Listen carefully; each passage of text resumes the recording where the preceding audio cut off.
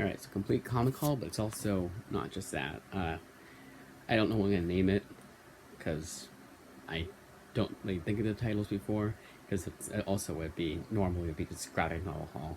But I only got 2 this month. First one up is Super Ego. This is the short stories that Jason Latour did for Image, not for Image. Although some of these look like they could be stripped right out of Southern Bastards, the series he did with Jason no, that's right, Jason Aaron. I think because I thought I said the last name wrong, but it's the first name. But I'm trying to, actually, move that one. That page.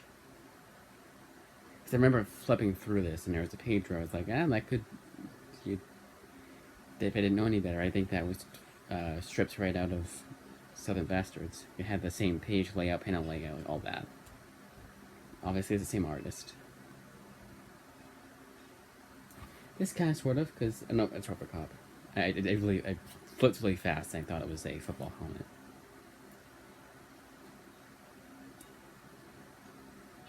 Trying to find it. I guess that page right here is that one page. Nope, not one page. Sorry, kind of there, but not really. But these are all like short stories, just anthologies worth of his early work, and then I think it's stuff from nowadays. So you got stuff like from his early career. I almost want to say it was early career.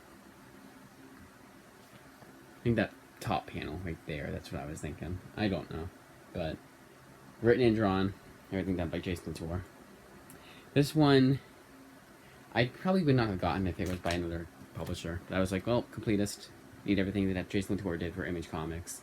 But I also think it's cool, like little short comics, but that's not usually my thing. My thing is consecutive stories. Even if it's only 4 issues, it's still my kind of thing to have a consistent story, and not just a bunch of short stories, little short comics. Of course, I did get that Levinstein, and then a long time ago, a while ago, I got the not Super Ego, that's what I just got today, or I just got this month. Good comic strip people, the Zach M. Stafford books, like little comic strips. But I wouldn't, if there weren't so little of them from Image, well, it's probably more than I think there are, then I probably wouldn't have collected them.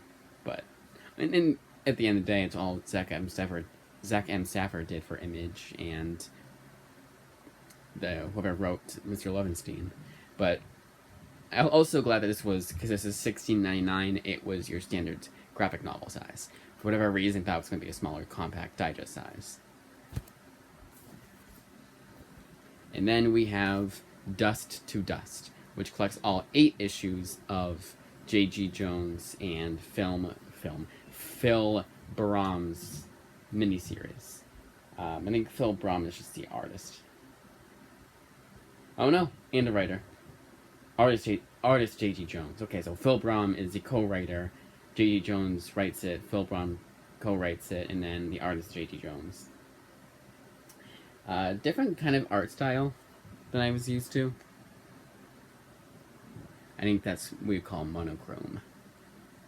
This one they cited as being like Blood Meridian meets.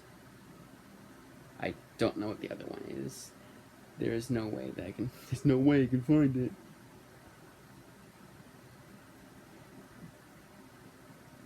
But I don't know. $20 for an 8-issue miniseries. This is like over 200 pages.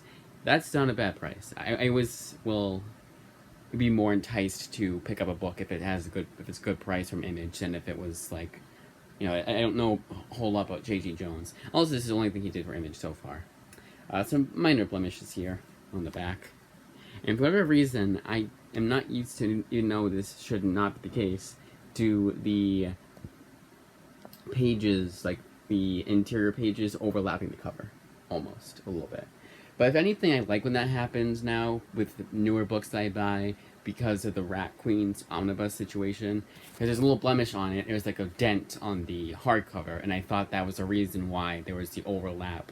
And it did not look like, it was like, that's not how omnibus is supposed to be. It's supposed to be the cover overlaps a little bit, and like very minuscule. That's why it was like so unnoticeable for the most part. But that got to me. And it was like 2 years ago too. Actually, it was last year. Sorry, not 2 years ago. It was last year, last birthday. But that's it. Just these two books. And that reason why that is because last month was my birthday, and they got a whole bunch of comics there. And I may or may not continue this throughout the year, and then Christmas will be the go all out month. Probably will end up being that, because the way I'm thinking of it is I'm probably just gonna stick to new releases. Because there are just so damn many new releases, I can still do the whole, oh, I want to get comics that, this is all in one. Like, these both are all in one. Or I want to get the last of this series that I need, or what have you. I think I can pull that off for the most part with the new releases. And then I go back in time with old releases. Like if it's a series, if it's an issue, if it's volume 4, and I don't have the first 3 volumes, obviously I'll get the first 3 volumes in the same month. But for the most part, I want to stick to new releases, get fewer comics and more movies. My voice is super cracked there, I hate that. And more movies. So I finally got Watchmen and Director's Cut on DVD. Before I before I found out there was an app that I didn't have to pay for to play Blu-rays on my laptop, if it didn't have a DVD copy or digital code, I was going to get it on DVD. Now, sometimes you can't escape that, like for a lot of new A24 movies. Actually, you can't even get a DVD copy. They just have Blu-ray only and no digital code, unless you pre-order from their website. And then sometimes, like I've actually also been getting movies on iTunes, and that's been good too, because it's physical versus digital, and that's the part of my brain that isn't. But it's also $5 for the movie to own. And I think in this day and age, preservation is going to be a bit better. My only real concern is that sometimes I can go back to it and change things because of sensitivity. But I think that's more streaming services. I don't think it affects digital releases that you purchased. Like if I want to stream Toy Story 2 on Disney Plus, it will have that end credit scene, that like 2-second end credit scene removed. If I buy it on iTunes, it'll be reinstated. I could be wrong, because I know that I'm pretty sure the 4K has that scene removed and not reinstated. But I almost want to say, I could be wrong, but I almost want to say the streaming service changes do not affect the digital releases. Like if I bought like Splash on iTunes, it would not have the hair removing the nudity in that scene that was so controversial. I don't like it either. I am so anti-censorship that I think everything should be reinstated. Like I think even to erase this cartoon, you should just keep it intact, completely intact. And even like the explanation before, I think isn't that. That's how anti-censorship I am. It's kind of unnecessary, kind of. It's there to appease the parents and to warn the parents, of course. But I'm so anti-censorship. I'm like, well, it's in the 1940s. What do you expect? Now, what's cool about this release is that it has the moving. I don't know what you call that, but it's cool. And I got this off eBay, and I swear to you that Amazon would not do it. Because Amazon is infamous for this is how they'll do it. They're like, okay, you get this, and that's it, full price. And it's just so weird they do that. Now, this is a 2-disc digital copy, special edition. Back in the day, they give you disc 2. They say put it in your iMac or your laptop or whatever, and you get the digital code that way. I actually think I had one where that's the only way to get the digital code, is that they would bring me to a special website, like the Warner Brothers or 20th Century Fox or whatever, and I had to redeem it that way. I know one of them I couldn't because the digital code was removed, because I got it used. I'm gonna say that word twice. That's stutter. Got a stutter and a voice crack in the same video. But this one, you get the digital code in a disc, and I guess they just did that back in the day. I don't know why, because like they just take you to a website. I think go on there anyways. I don't know. Maybe they just didn't know. Maybe and this is early days of digital codes. I guess that's how you had to do it, and they didn't think people would be smart enough to find it themselves, or they just couldn't find themselves as a special URL. That's probably what it was. But point is, the digital code has expired. Now, that was just me going onto the website itself. I don't know if I followed like put the disc in the disc drive and then follow directions that way, he'll still do that. Because sometimes they'll say the offer's expired, I'll still get the movie regardless. A lot of them do that. But down with hell. I'm on DVD anyways, so it doesn't really matter. But Watchmen, Director's Cut. Eternal Sunshine of the Spotless Mind. A lot of this month's movies was... I liked these movies a lot, I want to own them. Similar to what I used to do with comics. The only reason I haven't done that recently is that I'm pretty much done with that. Like Paper Girls, I really like that. So about the Compendium, read about the hardcovers. I was actually a upgrade. I had read Wayward in paperback format, and I read the omnibuses when I bought them myself. So that was how I did with movie. That's what I did with comics. I'm doing with movies. Now, were all these like how were the comics? The library had it. I don't think so. I think a lot of these, some of these I actually watched, maybe even on streaming services, but all of these were cheap too. Like I don't think I spent more than one was $20, so I didn't go over $20 for any of these movies. And some of these are Blu-rays. But this is another case of, well, it's DVD. I'm gonna get on DVD. Now, what's kind of funny is that the MPA logo is the old logo, so you can guess, oh, it's the old release.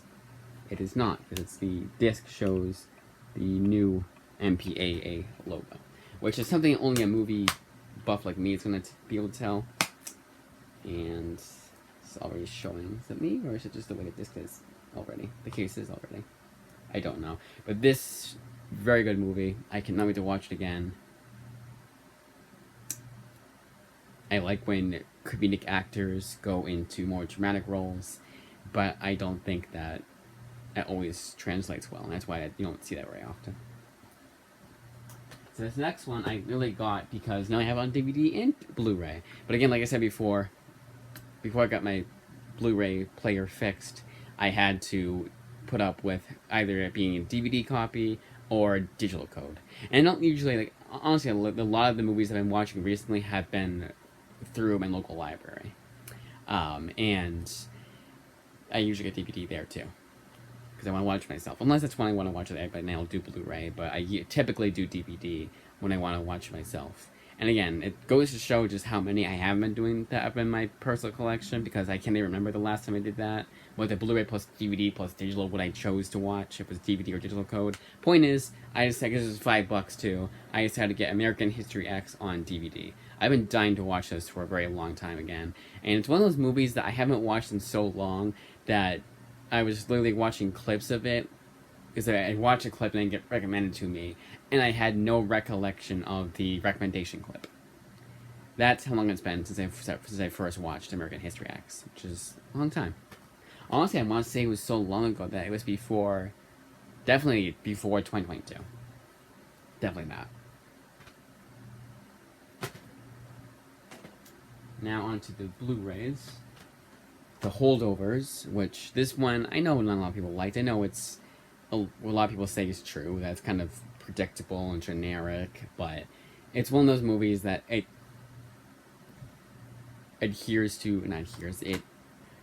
checks all of my boxes. You know, I'm not one of those people that, ooh, it's a cliche. And I think this does it earnestly. I think it's well acted enough, and the pacing is good enough. And I guess this is based off the first time I watched it, that I don't mind it. You know, I actually really liked it. And I rewatched a couple clips the other day of this, and it still held up. So, and it's not just because they went to the old way of making movies and it feels like it's a movie from the late 80s, early 90s. Because that's what they did. They went to a painstaking degree to make that look that way. And even then, and at the expense of maybe the script not being so good. They really hyper-focused on... That's why I almost want to watch this on DVD and not on Blu-ray. Like, watch it in the lesser quality to see if it really does look like it'd be a movie from the late 80s, early 90s. Because watching in the theater, I didn't really notice that. But watching those clips, it kind of did, and that was digital. So, I might just watch this on DVD. Now, this one doesn't do... Okay. This is not Universal anyways, I don't know why I thought it was. But again, it's enjoyable enough. I don't think it's like Green Book, where it's insultingly generic and insultingly predictable. It's predictable, and it's the way the movie is, in my opinion. I think that's kind of what they were going for, essentially. They weren't trying to be the next big thing. They were just trying to be the kind of movie that you watch and then you maybe or maybe not forget about the next day. And to be fair, I kind of forgot about this movie for a little while, and I just remembered it out of the Blu-ray. And also, I don't know why they can't just do this for every Blu-ray. Blu-ray plus DVD plus digital code. I think that's the best thing to do. Because if I am, let's say I'm out in camping and you only have a DVD player, well, I want to watch the holdovers. Now I can. And yeah, I know I can just download the movie on my laptop and bring the laptop with me. I always bring my laptop with me, or the tablet, or my phone, which will always be with me, no matter what. But I think just having DVD there is another good thing. Captain Fantastic. I think I said what the movie was I spent $20 on was. But Captain Fantastic, this was the one that was $20. Now, for whatever reason, the DVD copy was loose. And that was already annoying because that was the most expensive Blu-ray I bought this month. And I don't know if I can show on here. But there were some fingerprint smudges. And it was worse than it looked. I think I could actually show it. That's how bad it was when I first got it. I kind of had to clean it myself.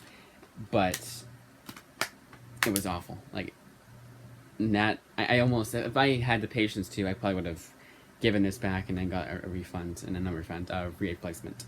I don't know why that happened, though. Like, at least for, like, ironically enough, American History X, the Blu-ray copy, the stuff that holds the thing that holds the DVD on it, it's broken off. Like, half it's broken off. So obviously it's going to be loose and it's going to be falling off if you're not too careful with it. I don't know why, because it looks perfectly fine. It stays perfectly fine, too. I guess, it was packaged up, too. Like, it wasn't a used copy or anything like that. It was just loose. It was weird. Although it did happen, that also happened with Beowulf. I got Beowulf on DVD a while back. Always annoys me when it's the DVD copy, too. Like, it's Blu-ray plus DVD than the Blu-ray. The disc I'm probably not going to use the most out of the two. So it's the next one. So far, these are all... So actually, let's go back to Captain Fantastic. Captain Fantastic, I reckon I'm going to do it. I'm going to do it back to back. I know one. Because this and another movie are essentially... You like one, you like the other. Now, the other one is not as good as Captain Fantastic. And what's bad about that is that this is not based off a true story, and the next one is. But I really like this one. I think it's kind of surprising. I did not expect the movie to go the direction it went. And it's one of those movies that once that happens, it's towards the end. But once that happens, it was like the climax of climaxes. Now, it's not anything that's super surprising. You could probably see it coming, but I like a lot of the movies they would have like it'd be a close call, but without getting too much away. But it wasn't a close call. And I was like, well, props to the movie for doing that and for not checking out to the last second because well, still should do. Now this is one thing I do want to mention. So this is Holdovers, and this is Movies Anywhere. I don't know why every movie studio can't do Movies Anywhere because all these are Movies Anywhere. I think so far these have all been. Yeah, so Focus Features, they will give you, because that was Holdovers, and that was their Movies Anywhere. Watchmen is Warner Brothers, they'll do that. American History X is 20th Century Fox. No, sorry, Uline Cinema. That's Warner Brothers. A Warner Brothers company. I don't know why that's such a hard thing for some movie studios to do, is to, when you get the digital code, to get Movies Anywhere. For those of you who don't know, Movies Anywhere, you get it anywhere. So if you redeem it through Movies Anywhere, you can get it on YouTube, anything you have an account on. You have to have an account there. So you have a YouTube account where you watch movies on there. You can get it on YouTube, downloaded, and Prime Video, iTunes, and then Movies Anywhere, the actual website itself. Fandango at home, I don't trust Fandango at home. But a lot of A24, every A24 release, I think except for 2 of them, they are across the board Fandango at home. I've watched movies on YouTube and it's been fine, so I don't know why they don't just do Google Play. One of the movies I got, they was fortunate enough to give me Google Play. Of course, it's Blu-ray plus DVD, so it doesn't really matter. But I don't know why they don't just do that. Because Fandango at home, it's Vudu, and Vudu I've always had the worst. Like all these places I watch the movies that I purchased, the rare times I do actually go ahead and do that, I had no problem with it. YouTube recently, there was a movie that I got from the library that wasn't working correctly. It was playing, but it was doing like little weird like glitches with the picture. And checked the back of the disc, and it was fingerprinty. Like it was literally like they held it like I can just do this. I don't want to get ruined. There, this child's play. That's the Wong. That's the Wong. That's the Wong. It was full screen and not widescreen. They held it like this. Okay, guys, we're watching. It was Rental Family. We're watching Rental Family tonight. I cannot wait to watch this movie. It's a good family movie, guy. And then they hold it like that. Because it was like throughout. And it was deep too, so like going like, alright, put it back in the disc. Alright, gonna put it back. It won't fit in the DVD. Like, what were you guys doing with it? It was really weird. Really weird. And it wasn't like an old movie too. It was Rental Family. The movie had just come out. So I had to buy it myself on iTunes. And I watched it on YouTube. And it was fine. Now, it was 480p, which is weird. My laptop is old, but not that old. But it played fine on YouTube. No buffering, no nothing. I feel like Fandango at home would buffer like hell unless I have it at 480p. And in fact, I was watching the Batman animated series on there, and it was still Voodoo at the time. And even though I had because I got the Blu-ray, and they were like, yeah, you can watch it on Blu-ray quality, and I had to go down a peg because it was buffering. Now, I don't know if that's the same case here, but I'm like, I don't want to have to deal with Fandango at home. But I have to if I want to watch my A24 movies. Everything, Everywhere, All at Once. That was a movie I bought a while ago. That is A24, thus it is Fandango at home. Very annoying.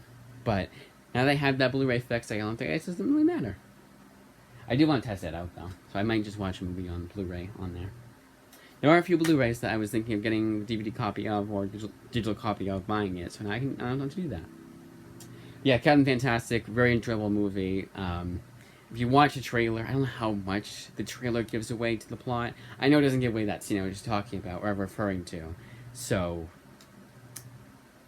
maybe watch the trailer. And the movie that reminds me a lot of is, or vice versa, is The Glass Castle. Now, I did not read the book, still haven't read the book, surprisingly, before I first watched this one. I know it's a bastardization of the real-life story. It kind of cleanses it. It kind of pulls the wool over the eyes of the real-life Jeanette Walls and her family, because apparently it was a lot worse. They kind of condense it and sanitize it.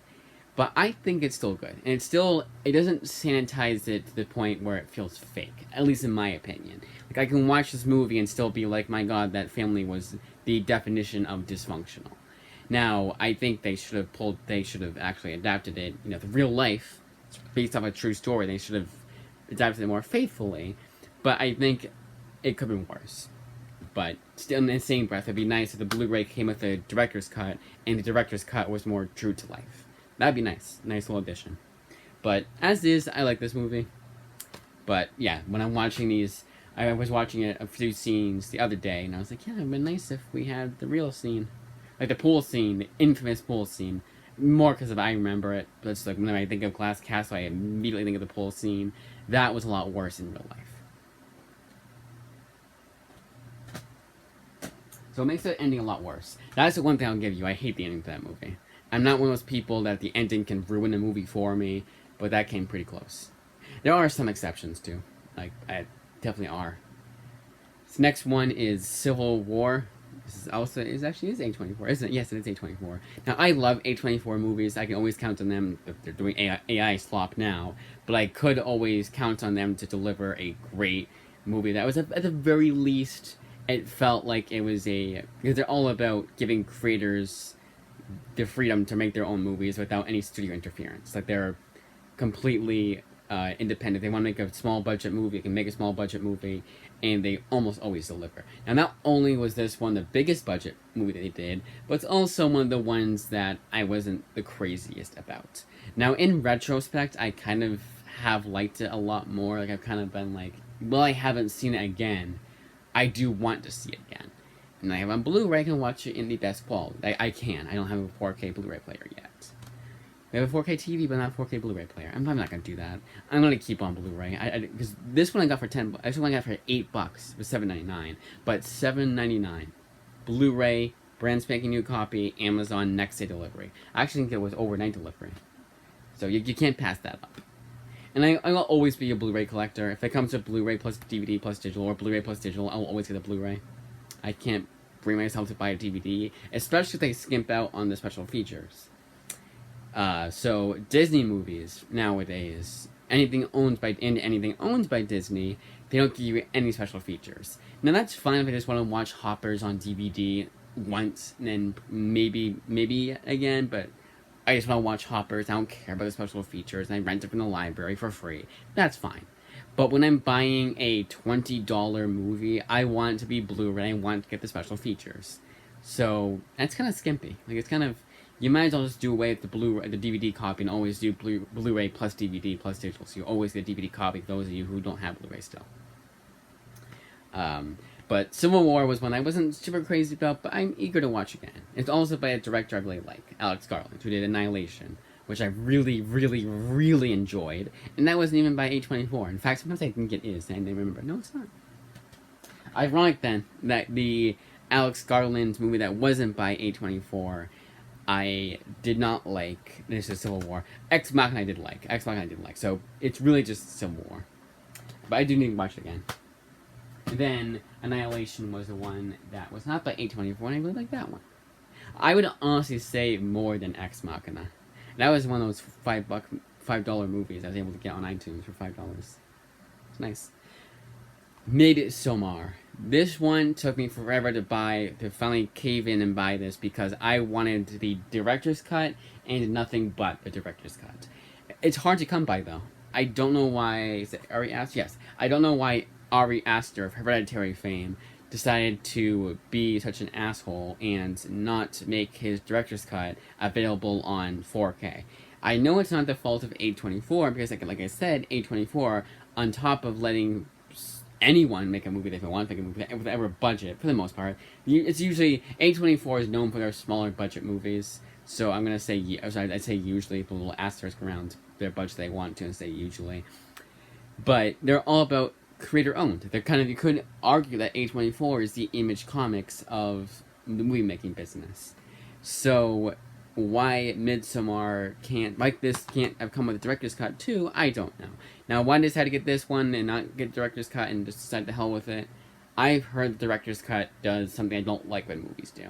Now I don't mind movies that don't tell you everything, that leave things up to interpretation. Now, there is a fine line, that's a very hard thing to do, because either you go into that with good intentions, but you sacrifice, you're not as skilled a writer as the other guy is, so you make a movie that kind of needs that explanation. You can't do the, up into interpretation, because no, you still don't understand what the hell's going on, I need some interpretation. But for the most part, whenever a movie does that, it's because they want you to create your own ending or interpret things yourself or come to the same conclusion that the director did. And that's my favorite kind of part. I'm not the kind of guy that does theories or this. There are some exceptions, yes, but for the most part, I'm not that kind of guy. Now, what I do like doing is when I come up with the ending myself, or like, oh, this scene that wasn't fully explained, is this what's going on? And I'm right. It makes me feel like smart. I'm like, oh, I got it, and I didn't explain it to me. And that is why I like movies like this, because they don't explain everything, and you come to your own conclusion. Hereditary was a lot like that. Ironically enough, the movie that this guy also did, and also by A24. Probably my favorite horror movie of all time, Hereditary, next to The Shining and The Exorcist. Definitely my favorite modern horror movie. Right, and Obsession is right behind it. But Hereditary, like, I know the ending, not a lot of people like, but I could go on about that. But Midsommar, I was like, you know what? I don't mind everything being explained to me. I don't need everything being explained to me. Let's finally cave in and get the Blu-ray and get the theatrical cut. Because what if I don't like this one? But I've heard about the guy at the library they talked comics about, else talked movies about, and he liked this one but didn't like Hereditary. And I've heard people either like Hereditary, don't like Midsommar, or the opposite. So, time will tell. Now, so I did say with these Blu-rays, I want them all to be ones I've seen before. Midsommar broke that streak. But I believe that's the only one. Even though Eternal Sunshine of the Spotless Mind, I almost did the same thing with. The Hunt. What are we going for?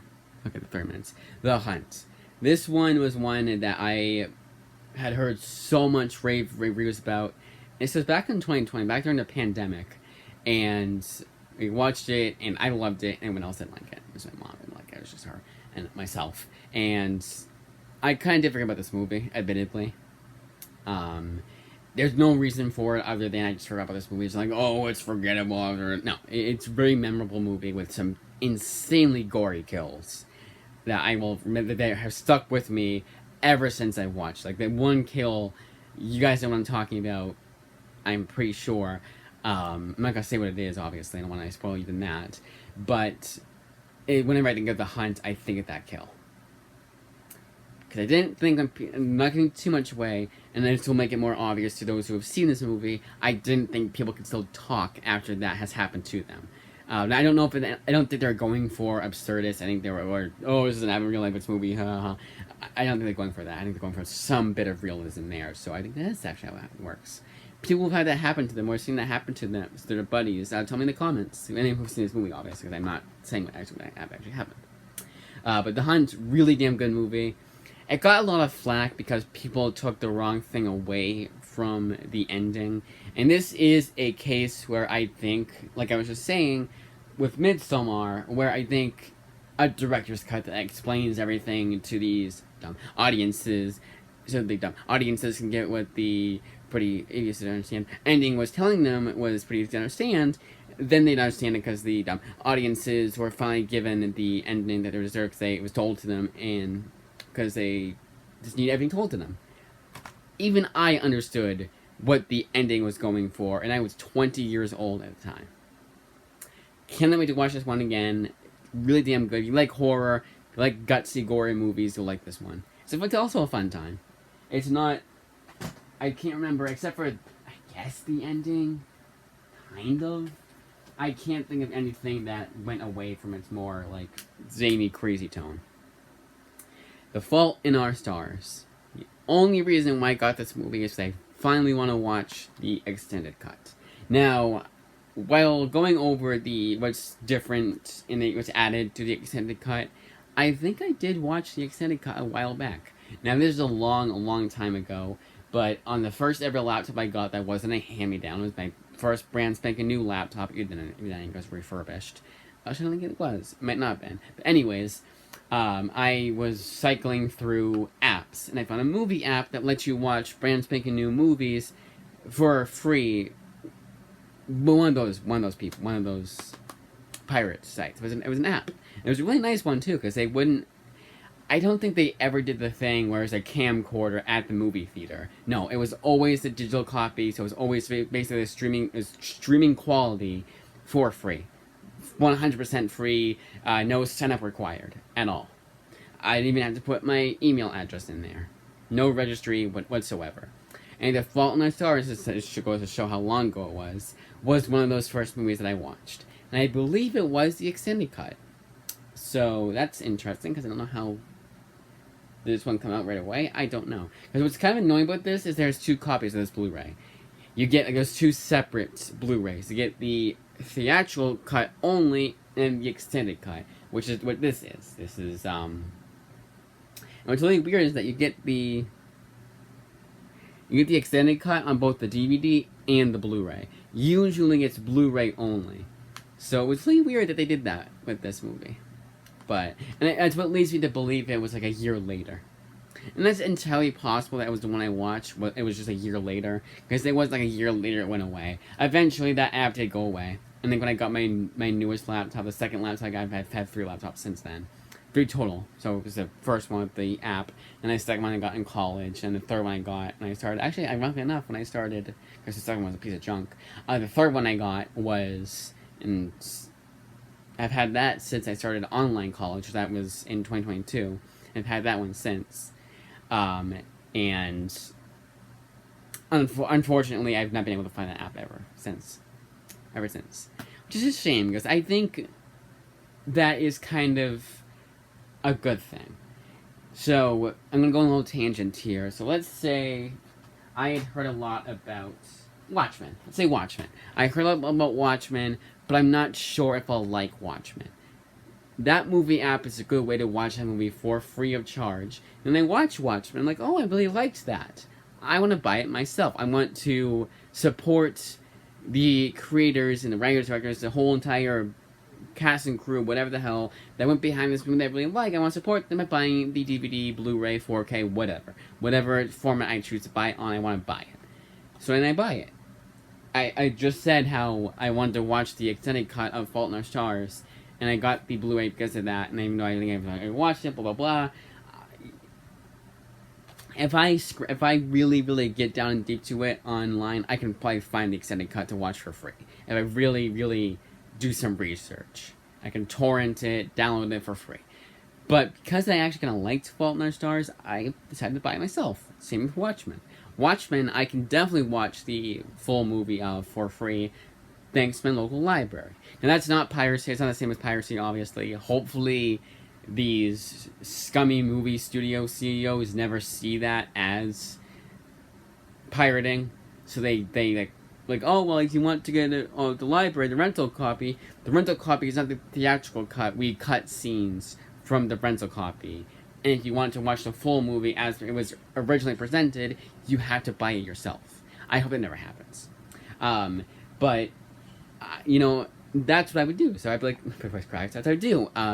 Okay, I pirated it. I really liked it. I want to buy it myself. I think that is why Tubi is so great. Because Tubi is not pirating, but it's free. You gotta sit through some ads, but you get that wide selection of just crazy movies to movies everyone's heard about, like Misery, to movies probably a lot of people heard about, like I Saw the TV Glow, which I want to watch tonight. I might just watch it tonight, actually. I still have some movies from the library. Hobbers is one of them. From the library, they should watch first, but I might just do I Saw the TV Glow. But that's my point. You watch the movie on Tubi, being like, oh, I like that one, so now I want to buy it myself. And that's why I think streaming services like Tubi are so great. Only reason I put a quote around streaming services is because whenever I think of streaming services, I think of you having to pay a monthly fee. That's why I don't think of Tubi as being a streaming service that's free. That's just the way I think of streaming services. That's not actually accurate. Wholly accurate. So back to Fault in Our Stars. This is definitely a dated movie. I remember watching a clip from it. I was interested in buying it on Blu-ray, but I wasn't too keen on going right into that. And I watched a clip and I was like, I'm gonna go wait. But I finally have the extended cut. This is a long time coming too. I thought the library would have it. They didn't, and it was such a long and arduous journey to get to where I'm at right now. Now, will I watch this one right away? Probably not. Oh, the digital code is the theatrical cut only. I don't know why they did either. But thank God the DVD copy is not that. So, Past Lives. This is Blu-ray plus digital, and this was on... So, Midsommar was the one I was talking about, was on Google Play. And it was DVD copy too, so it doesn't really matter. It was Blu-ray plus DVD plus digital. It's like, okay, whatever. But Past Lives, I do have to sit through on the Fandango at home. Unless I watch the Blu-ray copy. Now, Past Lives hits very close to home. I'm not going to get too personal here, but... those of you who have seen this movie know a little bit about my version of this movie, in real life, my version of this movie, will know that the connection. But I've been there, done that. And I'm not the only one. Plenty of people have been there and done that. And I think it's really important that these people watch this movie. Now, it is a foreign movie, and I think it's my first foreign movie, I think, actually. I could be wrong about that. But definitely the first one I sat through and not watched the English dub. And there is a lot of English. It's partial foreign, but still I would argue a foreign film. A really good movie. And one of those movies that I forget is rated PG-13. I always assumed it was R. Light R, but R. And it's kind of funny it's rated PG-13 for brief, strong language. One F word made this PG-13. one the fuck away. Good Time. This one, I cannot wait to watch again. I remember really liking this one. Everyone said, oh my god, I gotta watch this one. It's such an underrated classic, and I felt the same way. Underrated gem. That's all I will say about this movie. Actually, you know what? I will say one thing. It's the same director as Uncut Gems, which I also got this month. Spoilers. Birdman. Now, this one is kind of a regretful purchase because the digital code, for the longest time, oh, I got rid of the digital code. The digital code for the longest time, it was, so if you go to my posts, you can get the digital code for free. Obviously, if no one else has put that in yet. It doesn't look like anybody did because no one commented on the post. I know you can just do it and not comment on the post, but I feel like at least my audience would say, thanks for the free digital movie. And then same on Instagram. No one did. It's kind of funny. And I did it on Twitter too. I did it on Twitter too. So Twitter, Instagram, which I will put my Instagram here, and then YouTube, which is what I'm posting this on. So obviously you know what that is. But kind of regretful purchase because the digital, so for the longest time, iTunes was like $14.99, and we're not going to actually, it's $5 right now. But you already bought the Blu-ray, so haha. And I was like, well, if I knew that, I would have just bought it. I don't, whatever. So that's why I did what I did with the digital code. But Birdman, I like this one. It's been a long time since I watched this one. In fact, I forgot a lot of what the movie was about. So it's kind of a surprise to me to find out what this movie is about. And I was like, okay, it's been such a long time since I'm reading the plot synopsis, and nothing's coming to memory. Sometimes it happens. Not all the time with movies, comics, or games, or otherwise, but sometimes it will happen. So I'll go through each. Comics, I would... What's the best example of that? Hadrian's Wall. Video games, Hitman Absolution, movies, Birdman. And I'm not talking, oh, I forgot a little bit about it, like maybe how it ended, how it began. No, pretty much everything I forgot about, except for a couple things. Freaky. Now this one, along with Watchmen, they were just the last minute purchases. It was like, oh, it's cheap enough. This one I did like.